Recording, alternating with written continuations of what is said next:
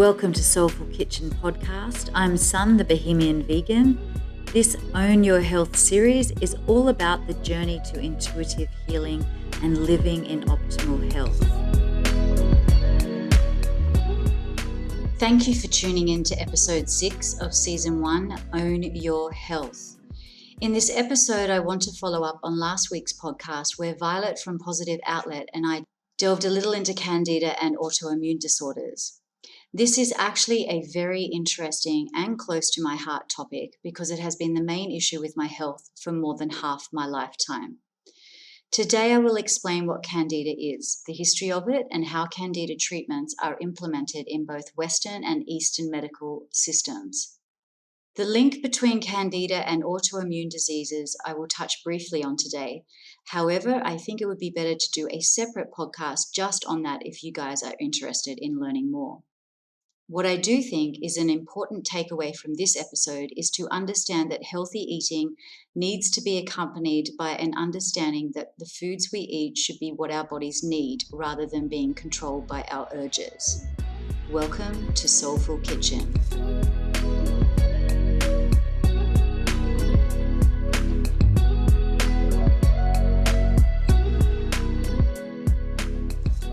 Candida is actually known as Candidiasis. Thank goodness we can abbreviate that to Candida because it's very hard to pronounce. Anywho, point is, it is a fungal infection caused by a yeast, a type of fungus called Candida. Basically, there are two types of Candidiasis, but the species of Candida we are going to focus on is the one that can cause infection in people. The most common is known as Candida albicans. Candida normally lives on the skin and inside the body, in places such as the mouth, the throat, the gut, and vagina, without causing any problems. However, Candida can cause infections if it grows out of control or if it enters into the bloodstream or even internal organs like the kidneys, heart, or brain. In Western medicine, where there are extreme cases, a doctor may prescribe antifungal drugs, believed to be beneficial, but do they really stop the issue? Do they get to the root of the problem? From personal experience of using antifungal medication, I can tell you that like all Western medicine, it only treats the symptoms and does not cure the condition.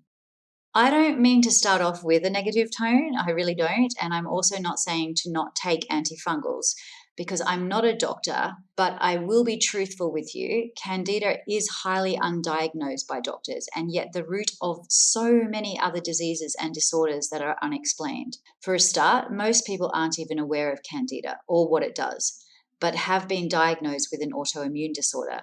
Yep, those things that doctors don't have cures for, or even sometimes make you think it's all in your head. How many times that has happened to me in my life is more times than I can count on my hands. And usually when people talk to me about Candida, that's exactly what they tell me as well. So before I continue deeper into the link between Candida and autoimmune disorders, I think it beneficial for today's episode to just discuss more about the history and why doctors actually avoid diagnosing it.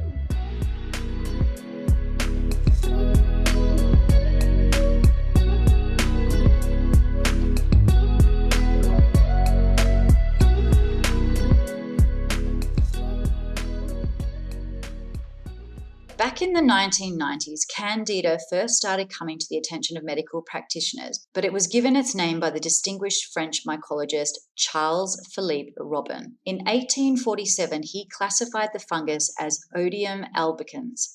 Again, not sure if I'm pronouncing that right, but point is, albicans means to whiten, and he named the fungus that was causing thrush that name. However, the discovery and naming of Candida extends as far back as the ancient Greeks, but here we are in 2021 and it's still stumping modern day researchers. In fact, Hippocrates himself described oral candidiasis around 400 BC. Wow. In 1665, another doctor, his name Pepys Diary, very strange name, but Pepys' diary reported a patient hath a fever, a thrush and a hiccup, perpetuating the idea that oral thrush originates from the host. Mycologists accepted this perception as late as the early 1900s. Wow, again. But before that, in 1839, another doctor, Lagenbach, was credited with first recognizing a fungus in a patient with typhoid fever. However, he ascribed the entity to the typhoid bacteria rather than the fungus. Jump forward just a few years later, 5 in fact, to 1844. Another doctor, J.H. Bennett, observed what is with these names? Anyway, J.H. Bennett observed a similar fungus in a thick mucus found in the lungs of a patient with a collapsed lung and criticized the conclusions by Lagenbach, which was, 5 years earlier. That ended up causing a big breakthrough, I guess, with Bennett concluding that the disease was indicative of the Great Depression and of the impairment and lacking of nutrition due to the current state of the economy. That makes sense. Yeah, people aren't eating properly and they're eating a lot of bread. We know that about the Depression as well. Bread kind of became very popular, I guess, in that time. It was cheap and it was easy and still is, and that's half of the problem that happens today. So anyway, we'll get to that after the history. So 2 years later, in 1846, another gentleman named Berg, couldn't find out whether that was his first or last name, but he explicitly concluded that thrush was caused by a fungus and confirmed his hypothesis that the fungus caused the infection, not the other way around. After this discovery, other infections that were related to this type of fungus included vaginitis and gastrointestinal candidiasis. Once the etiology was conclusively demonstrated by mycologists, the next point of contention was the identity of the actual pathogen. Now, I know I'm throwing around a lot of medical terms here, but you get the drift, right? So they first of all thought it was not to do with the actual fungus, but then they came to the conclusion that it was actually the fungus that caused the infection. A big breakthrough came when a woman, a female doctor, Christine Marie Burkhardt, she reclassified it under the current categorization of Candida in her doctoral thesis in 1923.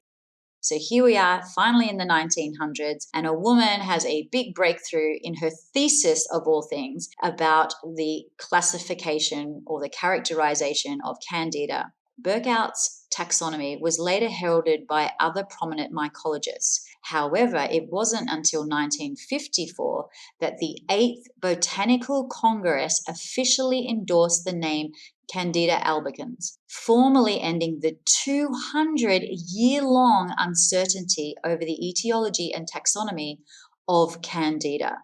Again, wow, 200 years. And that's not even talking about when we go back as far as the Greeks and Hippocrates and, all the other people in history that have actually probably had part of this history but were never recorded as such. So within that 200-long uncertainty, there was also 200 organism species within the realm of Candida springing to life. So there are many different types of Candida, but the one that we are mostly going to talk about is the Candida albicans. Only some of these 200, I think 1, 2, 3, 4, 5, 6 of them actually are most commonly associated with human infection. There you go. As you can see, that brings us up to the 1950s. Not so long ago, really, in the scale of things, and getting closer to understanding that the history of Candida has been well hidden from the public eye. The Candida conundrum. Now I want to continue with the remainder of the history, and this will also shed some light on why doctors don't believe in it, yet patients are suffering from it. The medical diagnosis of Candida, or yeast hypersensitivity, has been for a long time one of the most controversial debates in medicine. In the 1990s, doctors could actually lose their license for diagnosing and treating patients with Candida. That to me is absolutely crazy, but it's ironic because that is when I started to find out about Candida. Anyway, thankfully, holistic medicine has certainly advanced in the past 2 decades, and many practitioners are now diagnosing and treating Candida or yeast hypersensitivity. Thank goodness. But there are also many who don't and are ignorant to it, and I'm going to play out why that actually happens or why it's occurring.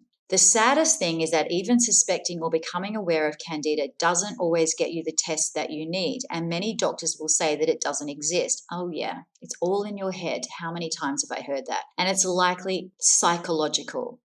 Basically, they're saying that all of this is in your head. The symptoms are in your head. It's a psychological condition that you don't have Candida, but they will not even test you. Now, whether that comes from the scare factor of what has happened back in, the 1990s when it was banned and you could lose your license, most likely has come off the back of that.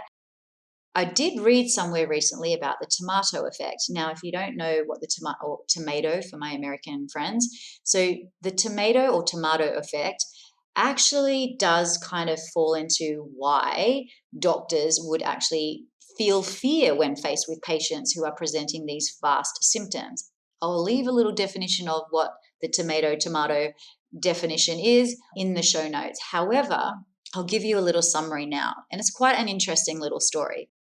So the tomato was a South American vegetable. It was brought from South America by the Spanish back to England. Everybody ate it. However, in America, no one ate it because they thought because it was related to the nightshade family that it was actually deadly poisonous. Truth is, though, that the stems and leaves of tomatoes are actually poisonous. So maybe that's where it came from as well. Anyway, back to the story. If you ask someone at that time and ask them why they didn't eat tomatoes, they'd say, "We know it's poisonous because that's what we're taught." And in 1820, a man actually decided to sit down in Philadelphia and ate a tomato. And everybody rethought things and started using and eating tomatoes. Did you notice I changed that for my American friends because we're talking about Philadelphia?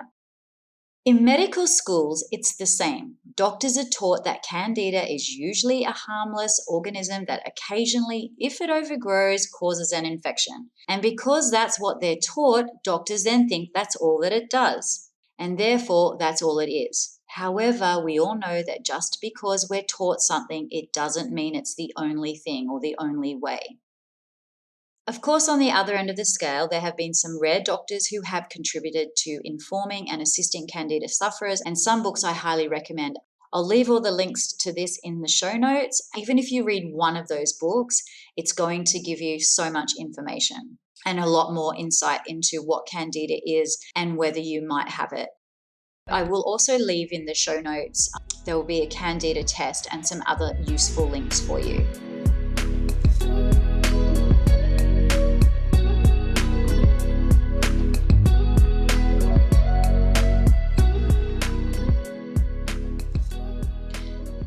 I guess at this point, you're probably all maybe actually wondering, oh, maybe I do have Candida. Oh, maybe that's what's causing me to have all these symptoms and problems and why I can't, cure my autoimmune disease and so on and so on. Well, guess what?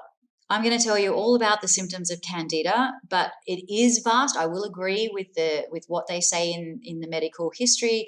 The symptoms are so vast and also related to so many other things. It is very hard to pinpoint exactly whether you have Candida. The best way to do it is to have a test or let's take a step back, find a doctor who actually will give you a test about Candida. So what I want to explain first is that the actual fact is we all naturally have some yeast in our intestines. We also have good and bad bacteria, which are meant to be there in a balanced way. However, when the bad bacteria grows out of control, it tips the scales, and that's when it becomes a huge problem, which is when the overgrowth actually becomes an infection. Why this can happen, it has a few different scenarios, and I guess from my own personal history, so back in the 1990s, my mum was diagnosed. What the doctors had actually told her was that she had multiple sclerosis, like MS. Now, that was devastating not only for her, but it was devastating for our whole family. And we started to prepare for what could possibly happen down the track with her having MS.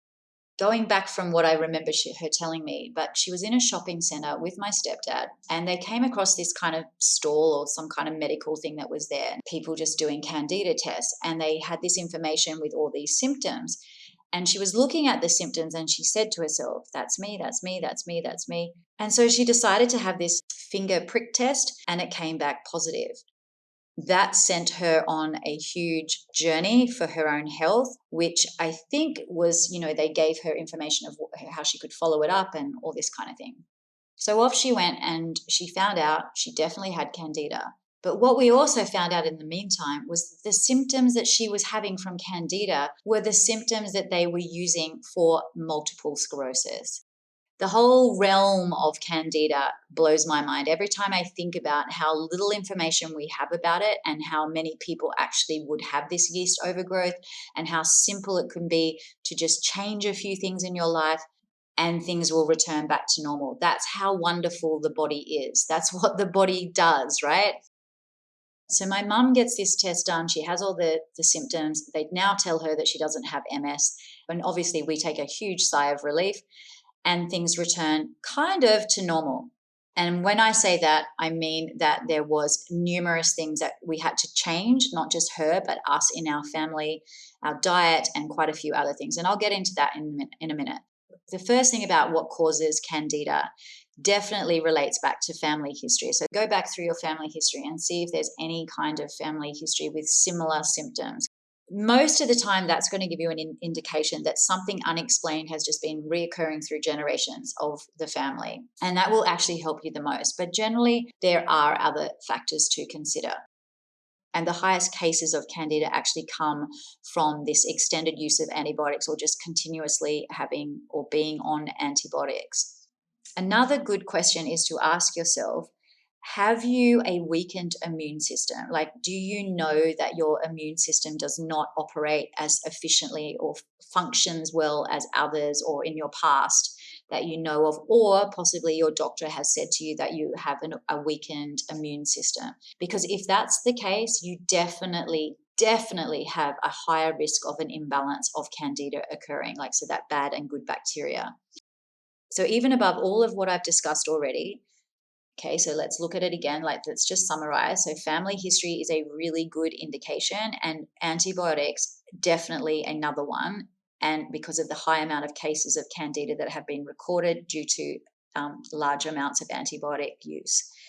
And then, of course, your weakened immune system. So above those, the vicious cycle most likely was caused and started, drum roll please, with excess sugar and or yeast intake. Those things will grow a lot of Candida in an individual, and that's when it starts to get out of balance. So we all know that sugar is bad for us. You crave sugar, but why are you craving sugar? Well, you're craving sugar probably because the Candida overgrowth has started to happen because you've started to eat excess sugar or yeast in your diet, like you've started increasing it. So those things, as I said, will grow a lot of Candida out of control in the body. A good self-diagnosis can start with simply checking if your tongue is coated. So if your tongue is coated all the time, there is something not right in your digestive system. The other thing is if you have itching. So like itching that under the arms, I should say. Under the arms is a really common area for itching to occur when you have Candida, possibly with a little rash. Yeast vaginitis reoccurring in a woman, or balanitis in a man. Genital itching, intense bloating after meals, all of those would be typical signs that you physically have got some yeast growing.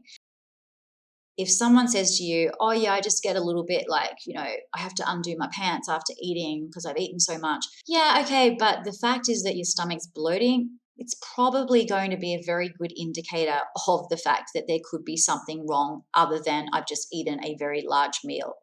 Of course, these symptoms can be considered broad, but actually for some of you, it might make you reluctant or embarrassed to discuss them with your doctor, and that's fair enough. So if that is the case, it's really important that you have a doctor who knows the symptoms of Candida and really listens and values you. And I know that's actually very hard to find, right? Okay, so let's go back to the main signs of Candida overgrowth is intense fatigue, flu-like symptoms without actually having the flu, and definitely bloated and gas. So again, I will mention, eat a big meal and you have other than just feeling full and you start to get bloated and your stomach starts to actually physically get cramped and tight and you have to undo those pants, I'm telling you, there's actually something wrong in your digestive system. You haven't got something rupturing in your stomach. It's just because there is this yeast overgrowth that's happening in your body. Most likely, again, not a doctor, don't want to diagnose you, but definitely check it out. Like, go deeper, find this information yourself and make your decision and your analysis of whether it is something that you feel is causing you issues. So yeah, like, just go down the journey or the rabbit hole and find out for yourself. And as I mentioned before, noticing a spike of intense sugar cravings is going to exactly be one of the biggest indicators to have spikes of intense sugar cravings. It's almost like you feel like you can't live without it. But I'm not saying that that's always the case. You could be even eating a lot of sugar and not even realizing that you've then made it a habit to eat that sugar at certain times during the day in the foods that have the sugar. Just be aware how much sugar you're intaking through the body, and including yeast, because as I say, yeast is also a big factor as well. So, a lot of breads and a lot of pastries typically have a lot of sugar in them as well. And the combination of yeast and sugar, if you put a bowl of yeast with warm water to make bread and you add a bit of sugar, you can see how it increases in volume. And that's what the basis of bread is, right? And you see the yeast rising, and then you add it to the flour, and then the flour starts to expand, and that's what creates bread. Well, the fact is that you should be thinking about what that is doing inside your body. Exactly that. I mean, most people, when they eat bread, tell me they feel like really full. Well, I wonder why. No, we all know why. It's because of that yeast and sugar mixture together that's causing you to have a full feeling in your belly. But if you've already got a candida overgrowth, you have just fed that baby, and it is sitting back and very happy with what you did. But of course, you in turn are going to have really deep fatigue symptoms, which is usually what happens. So I hope I've explained the, basis of the candida symptoms. So as I said before, really it's intense fatigue, and quite often as, chronic fatigue. So yeah, that was also a very big indicator. Now, that was when my mum put us on the medication. But then after that, when I say medication, she was on medication. So yeah, you couldn't get it approved on the FDA. I think that's what it's called, right? So the FDA wasn't FDA approved.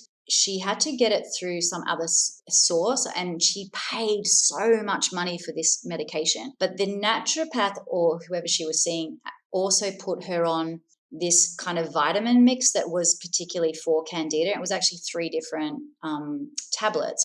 Well, the naturopath had instructed her to put the whole family on that vitamin medication. That's what I was on. I wasn't on the intense stuff that she was on, that was, prescribed or prescription drugs.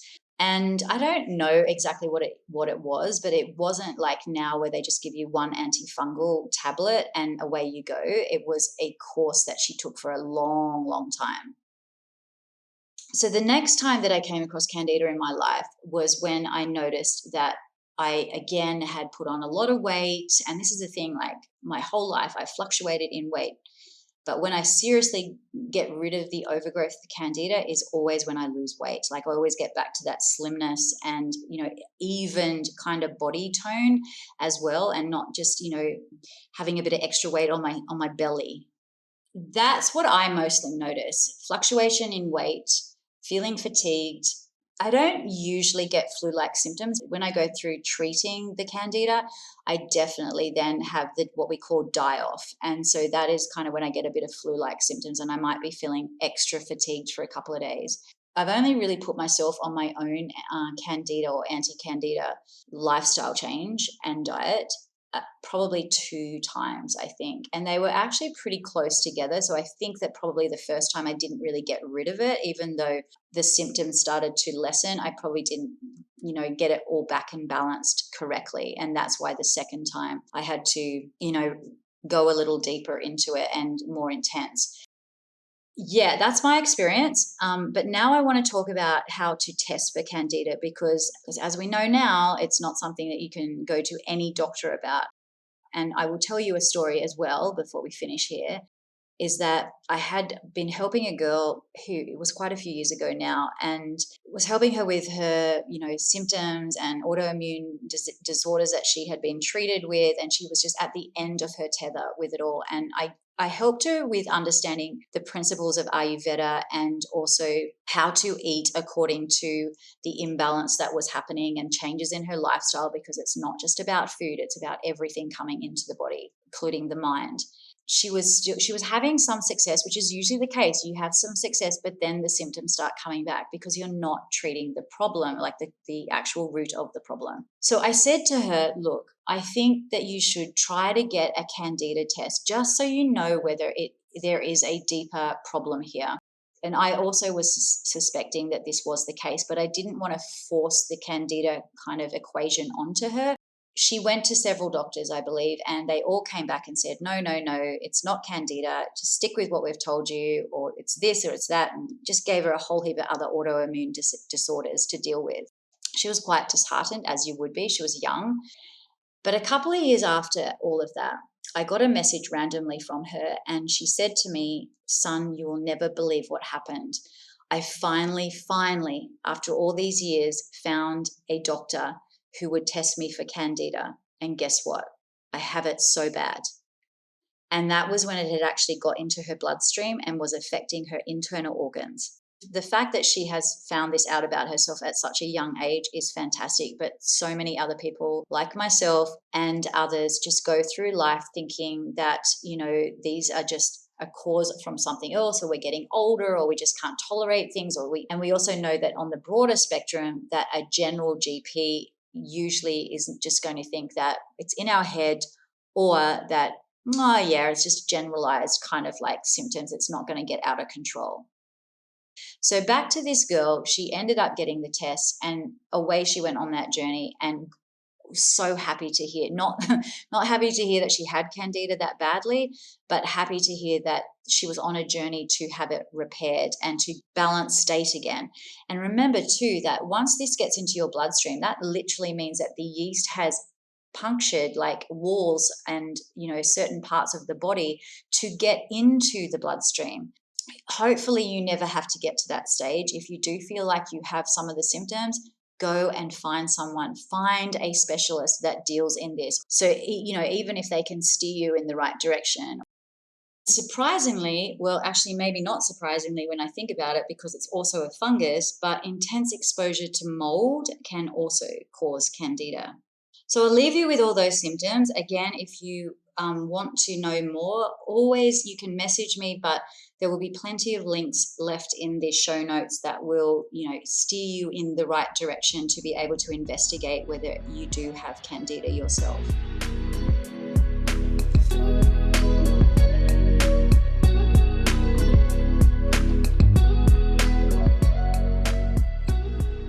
Even now in 2021, we don't have a wide array of ways to test Candida.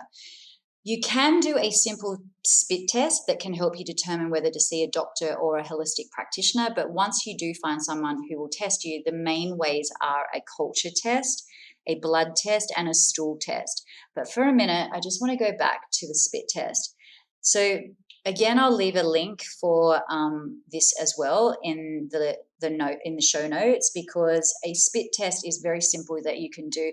I've done it before. I was in Israel actually at the time, and I was getting very sick, and I now know why, because I completely let go of my diet, not being vegan, but my healthy kind of diet. I wasn't putting the similarities or the correlation between my symptoms and actually Candida. And then when I was in Israel, I kind of looked back over my own medical history, and I landed back where my mum was with this situation with Candida. And I thought, okay, how am I going to go see a doctor? Of all places, I'm in Israel, and, I don't speak Hebrew, so not yet anyway. So I thought, okay, let me have a think about this. And I looked and I Googled and I did all, the standard things we do. And I came across the spit test and I did it.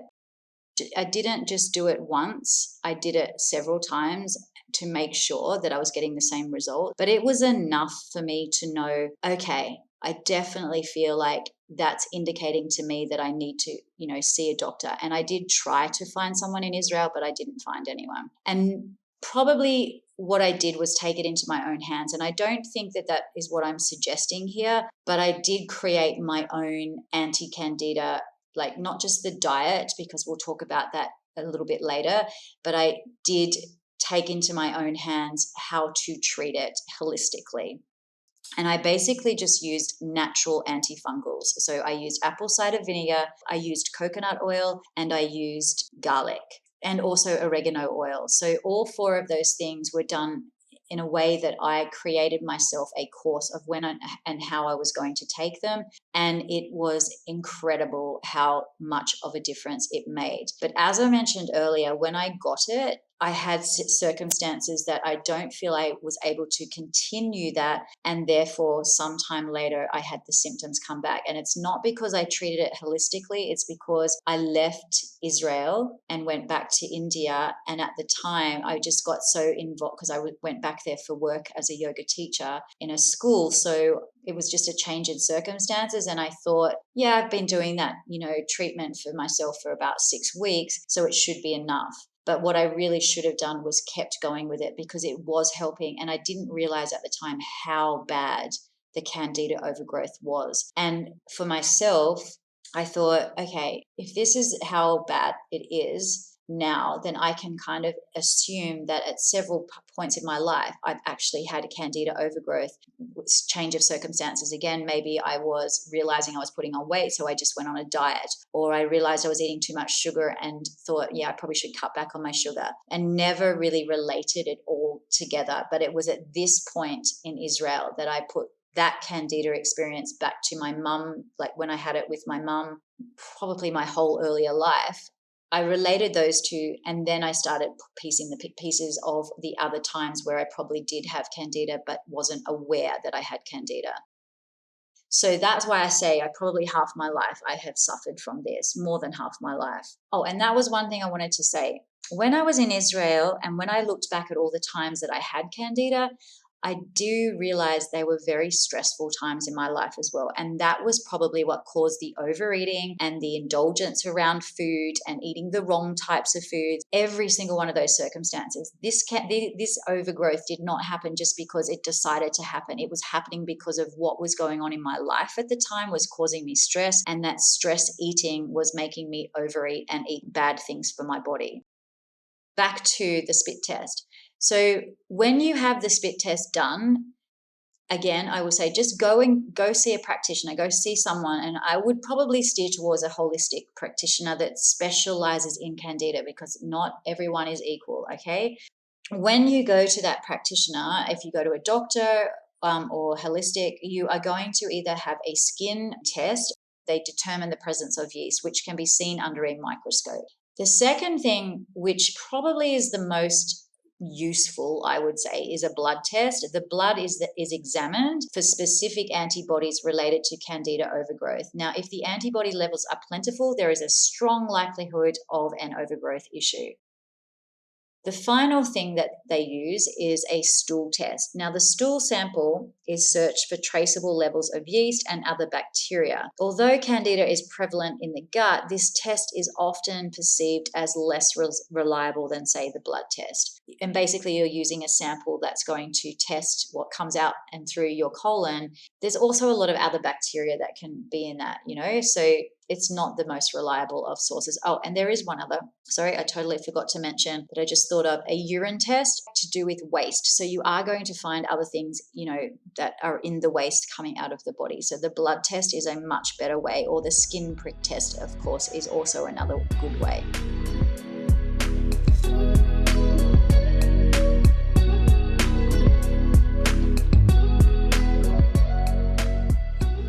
When we look at the beneficial bacteria in the body, we should have an 85 to 15% ratio, and that should be maintained. So the shifting balance of gut bacteria can have a major impact on your immune system. And let's not forget, if you've already got a compromised immune system, that's just going to make it worse. It can also affect hormone balance or imbalance and inflammation, usually is one of the biggest signs. And so when we talk about bloating and, gas and things like that, all that inflammation is around that because something just is not right. Yeah. And even it can affect us in our cognitive function. So a lot of the time, foggy brain, the layman's term for having cognitive dysfunction, what we call brain fatigue. So many allergy specialists also overlook this correlation between candida, allergies, and intolerances. So that's why you have to be very, very careful and choose wisely who you go to see about candida, because a lot of them will not even get the connection, or they will just misdiagnose you. Or worse, they would just say, as I said earlier, say it's in your head and you just have to deal with it. And this is where I'm going to be brutally honest with you. Being on the Candida yeast-free diet is damn tough, okay? It's not easy. Not only are you avoiding gluten products, because wheat is one of the triggers as well as sugar, but there's many other foods that can spike your blood sugar levels, like rice. I have not eaten rice in years, and I actually got sick from it once, and I guess that was the turning point for me. And I have only ever eaten quinoa ever since. So I do eat a lot of bowls, of food where I'm layering lots of different, greens and vegetables and stuff. But quinoa is my base, and it is a really great way to keep your blood sugar levels low. I also have a link about quinoa in my blogs. Quinoa is just an all-round superfood. Like, it's so amazing. And if you're still eating rice and you're not eating quinoa, I try really hard to ditch the rice and hop on over to the quinoa camp, because it really is such a wonder food. Okay, so it's important to understand that the aim is to control candida in a reasonable way, but the main aim should be to get the immune system efficiently functioning, so that if candida is still present in manageable amounts, that the immune system will know how to handle it.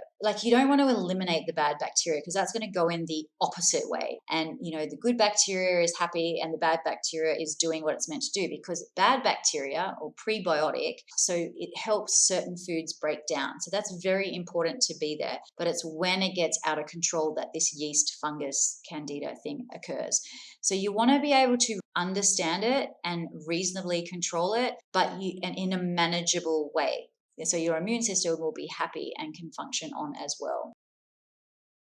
Okay, so rebalancing your system, your microbiome, with a yeast-free diet, low in sugar, yep, that's right, the proper usage of antifungal medications is the absolute aim in pursuing an anti-candida diet. Now, I'm not saying that I disagree about antifungals. I have used them and I don't disagree with them, but I do feel as if antifungals can be found naturally, as I mentioned, in apple cider vinegar, coconut oil, oregano oil. Garlic is another one, and also another really good all-round gut health, pacifies all three of the doshas in Ayurveda, is ginger. And a lot of people don't like ginger. It is such a wonder plant as well. Like, to have a little bit of ginger in your day is going to absolutely make things a lot better for your digestive tract.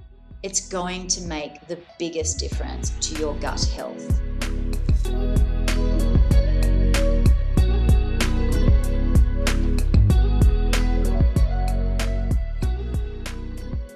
So here we are at the very last part of what I want to talk about, Candida and Ayurveda.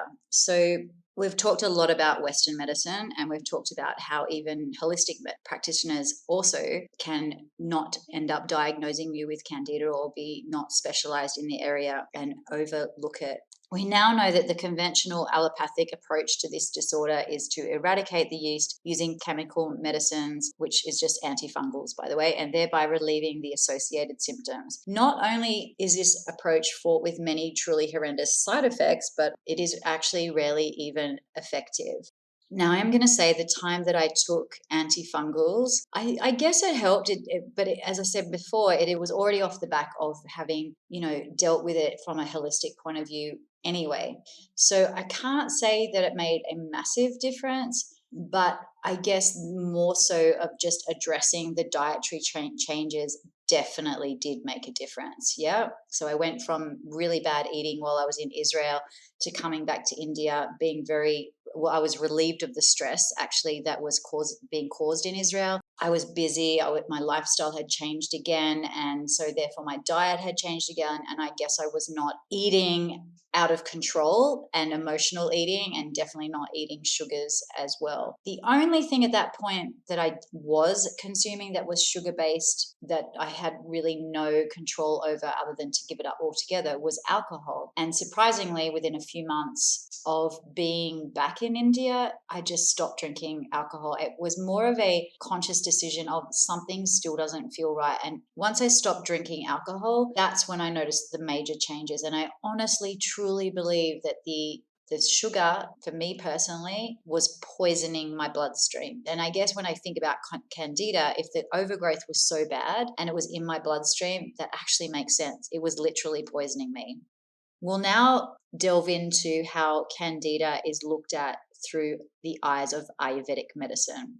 Candida albicans is definitely considered a yeast organism itself. It is not considered to be the ultimate root cause of the illness and its classic symptoms. So the initiating cause of these set of symptoms is multifactorial and also begins usually with an existing condition that is lowering the Agni digestive fire. So what they're basically saying is the Agni is also like the energy in your gut that we call the digestive fire. So when that is low, that is when you're going to have a lot of symptoms.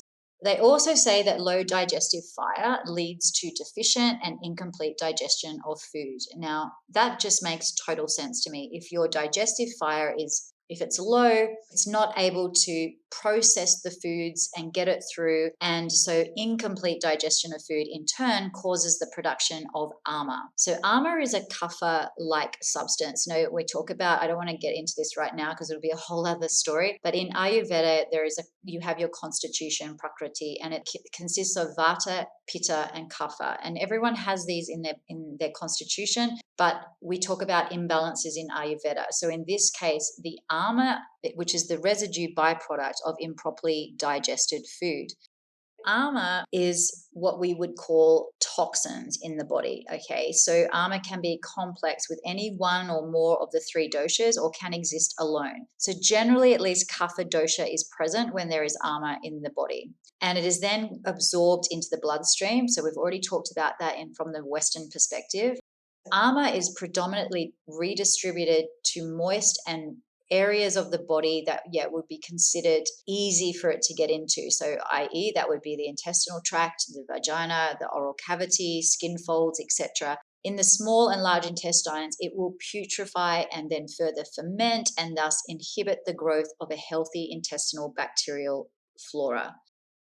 Think of it as a very soft and mushy and gooey kind of slow moving toxin in your body. And it's then starts to, because it's very wet. Kapha is wet. Okay. It's ruled by earth and water. It's usually moisture in the body or retention of fluid or water in the body that we usually start to see some of the imbalances. Again, kapha can also be related to typical weight gain as well. So not always the case, but most likely.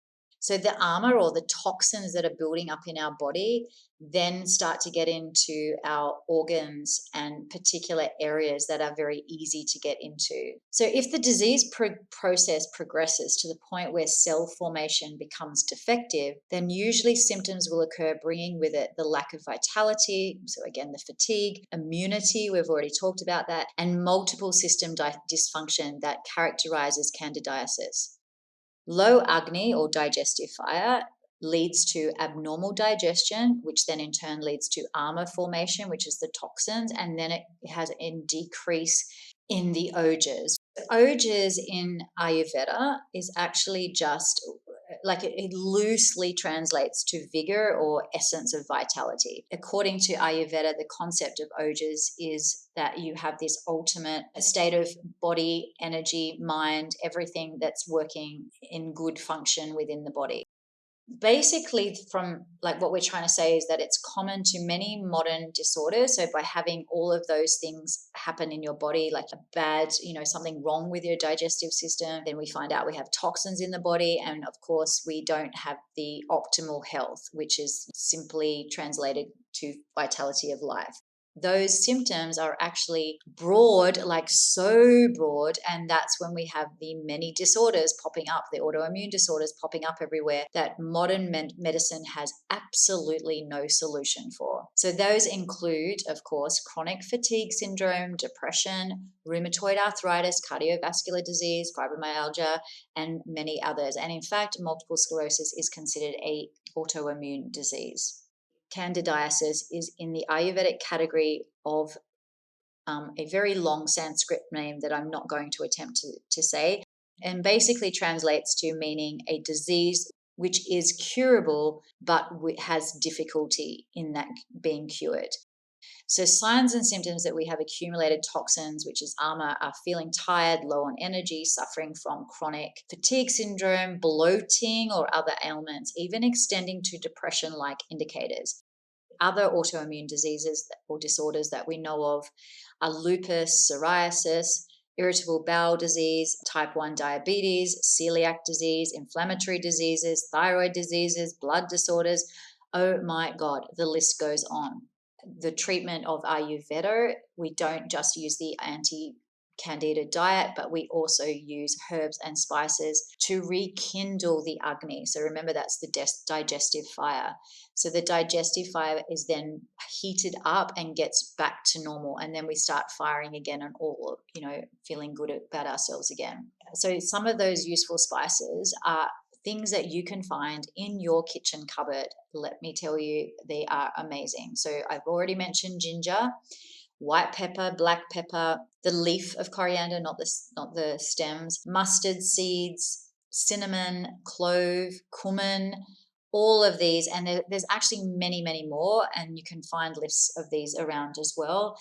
I will leave a link to a very good website called Banyan Botanicals, and they give a really good understanding. It's kind of like my little go-to if I have questions myself. On there, there's not only information about Ayurveda and, tests and everything to be done about Ayurveda, it's also got a lot of information of how to deal, like what herbs and spices to use to bring balance back to the body. So just one thing about the anti-Candida diet. So I keep saying how strict it is because remember, you're going to be, already have the sugar cravings and it's intense, right? The main thing is that when you're on that anti-Candida diet, all forms of sugar are removed. So that's glucose, sucrose, fructose, maltose, dextrose, all of them must be avoided. And that is including fruits. I guess for me, that was one of the hardest things because I eat a lot of fruit in the morning and I love pineapple. And that's pretty much what I have is a pineapple juice with a heap of other things in, like superfoods in there, I guess. The fruit itself is just usually berries and pineapple. And I'm actually leaving the recipe for that in my just released ebook, which is about pretty much what we're talking about today. That'll be in the show notes too. It just is a summary, I guess, in about 15 pages, including the bonus recipe, as well as some foods that are very beneficial to also help reduce the candida. So the yeast containing foods should be eliminated, as well as fermented foods, cheese, mushrooms, and wheat. Obviously, by going on the anti-Candida diet, you pretty much are going on a gluten-free diet as well. So what can be eaten, I hear you ask? I'm not going to mention anything that's not vegan. Okay.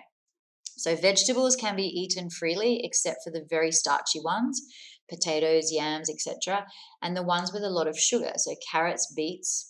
All dark green leafy and non-starchy vegetables are good, including but not limited to broccoli, spinach, kale, bok choy, asparagus, cabbage, cauliflower, celery, garlic, lettuces, squashes, zucchini. Whew. And beans, legumes, and unprocessed seeds and nuts are also acceptable, except for peanuts and pistachios. Butter and olive oil are fine, and almond milk and rice milk are also acceptable on the anti-Candida diet. That kind of brings me to the end of what I want to talk about today. But I felt that I wanted to give you all the information in the one podcast, and then I can talk about other things and get it maybe a little bit more in depth on maybe one topic regarding what we've discussed today. And definitely, if people are interested, I would like to delve more into the autoimmune side of it as well. So yeah, a lot of information for one podcast, but hopefully something sparks within you to pursue your knowledge of Candida and the link that is there between Candida and autoimmune disorder symptoms. So I look forward to bringing more of that information to you.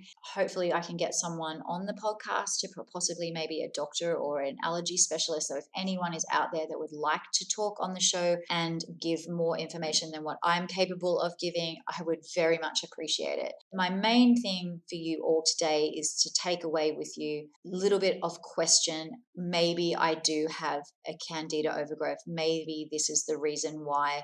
And if that gets you looking into it more, then my job is done.